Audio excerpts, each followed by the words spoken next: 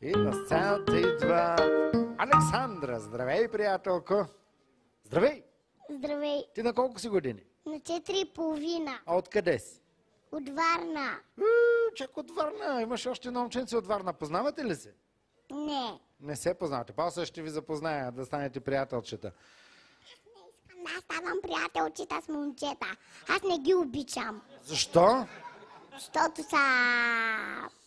не слушат. Как? Видя ли го този колко беше добър? Виж го какъв е симпатяга. И с каква хубава прическа. Аз не обичам. Беше добричък. Аз не обичам момчета. Ама те не всички момчета са еднакви. Знам. Ти няма значение, всички момчета. Мразиш.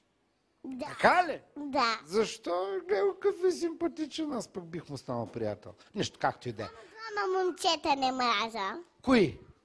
Които са в детската градина. Кои са те? Кажи им имената.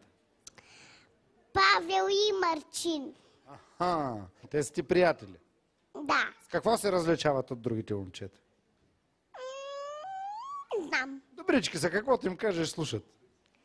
Понякога. Я да видя кой те доведе тук на шоуто да ми помаха с ръчичка. Мама и тате. И бате, къде е батката? О, той те снима! Супер! Супер! Какво работи мама? Прави майките красиви. Само майките?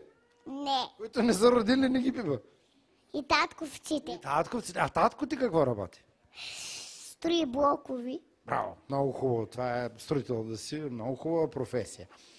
Ами ти какво ще изпълниш сега? Приказка. Хайде да чуем тази приказка. Как се казва? Александра. Не, приказката как се казва? За зеленчуковата градина. Абе, дай да я чуем направо. Ти си. Ама... Напред към камерите. Аз да ти държа микрофона. Не. А какво? Аз. В една зеленчукова градина, нощно време по месечина, между листата на съблата и ластара, зеленчуците започнаха да се карат. Господин Домат, пребери си листата, всички трябва да се стоим по местата. Започна къвгата една чушка и на стъблото се залюшка. Я мълчи ти, чушко лючива, за къвга само тебе те бива. Чакаш, че е час на лехата, тросна те отвърна домата. Майче, чушката си е права, краставицата се обади тогава. Че всички ли тук сте задушиш? Госпожо краставице, ти да мълчиш, не виждаш ли, че твоите ластуни са плъзнали навред като хуни? Господин Домат, колко сте прост. Ако за ластуни става въпрос, обърни се към своята съседка Чиква. Къде ли ластуна си тя не начиква? Чиквата също не издържа. Слушай да ти кажа, аз, госпожа, скоро с нас няма да водиш спор, защото ще станеш на таратор, а пък тебе чикви не те опекат. Оставите шушулките ми да поспят, защото трябва да порастат, се примърва разчастия наблизо фасул, който разпрата беше дочул. Но кой те слуша се тебе в фасула? Всички го смятаха него за нула. По градовете и по селата от тебе си правят салата. Говореше чушката на домата. На тебе, краставиче, с ножа си ще ударат зелената чушка. На тебе, чушко, ще прави трошия, към беше голяма разправия. Тогава се обади една роза, която расте си край Магданоза. Слушайте, нека всеки да знае, да хубавото тъкмо това е, че всеки от вас много желане от този, с който с ръка гризливо, всеки ден идва да ви полива.